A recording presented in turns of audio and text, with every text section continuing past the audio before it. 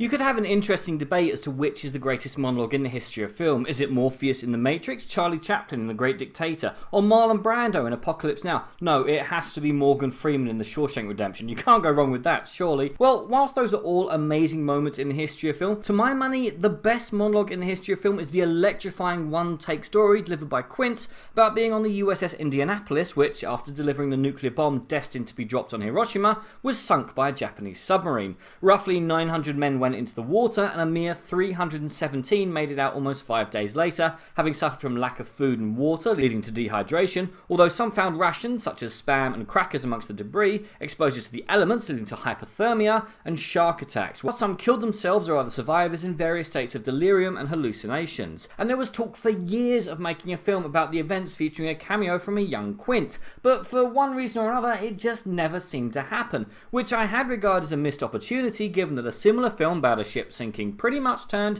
into a license to print money. So imagine my surprise when during my weekly shop I saw USS Indianapolis Men of Courage sitting in the bargain bin at my local Tesco's, starring that immortal seal of quality, Nicolas Cage. Still, how bad could it be? I mean, it's a pretty simple story. Ship delivers bomb, which is your first act where you can build characters. Second act in the water, the few survivors get rescued during the last 10 minutes. Then a few cards at the end telling us what actually happened in the after effects. Simple. What I did not expect was CGI that reminded me of cutscenes from old PS2 games, scenes obviously shot on sets. I've seen better bridge reaction scenes on the original Star Trek TV show, characters who were flatter than the cardboard that they were obviously made from. I didn't agree with the film's decision to set scenes on the Japanese submarine which did the sinking, not only on the grounds that what you can't see is scarier than what you can, but because it would have spared up some money to afford better quality stock footage. Oh, and if the foreshadowing would have been any more obvious, the characters would have spent their entire time debating whether or not they should spend their days covering themselves in barbecue sauce or tomato ketchup. And the third act, which could have been a different movie in its own right, felt rushed and without any weight.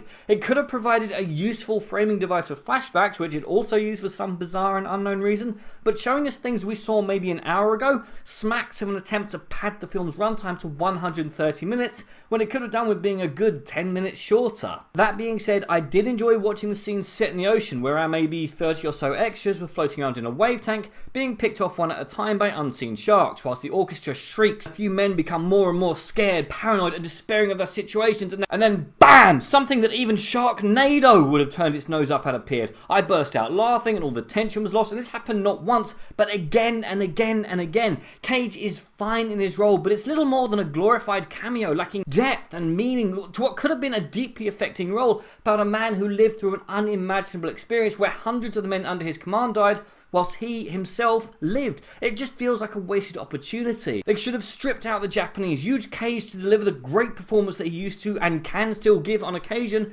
either rewrite or reduce the number of subplots, get a bigger budget, use the third act as a framing device, or strip it out entirely, and this could have been the film this tale deserves, but as it is, just skip it. There are so many better films to watch. There are so many better films, better war films, better shark films, better films about boats sinking. But what did you guys think? And what do you think is the greatest film that never was, aside from the Nicolas Cage Superman film? Comment below, let me know. I'm Daniel, this has been a Dunking. If you've enjoyed this video, please like, share, and subscribe.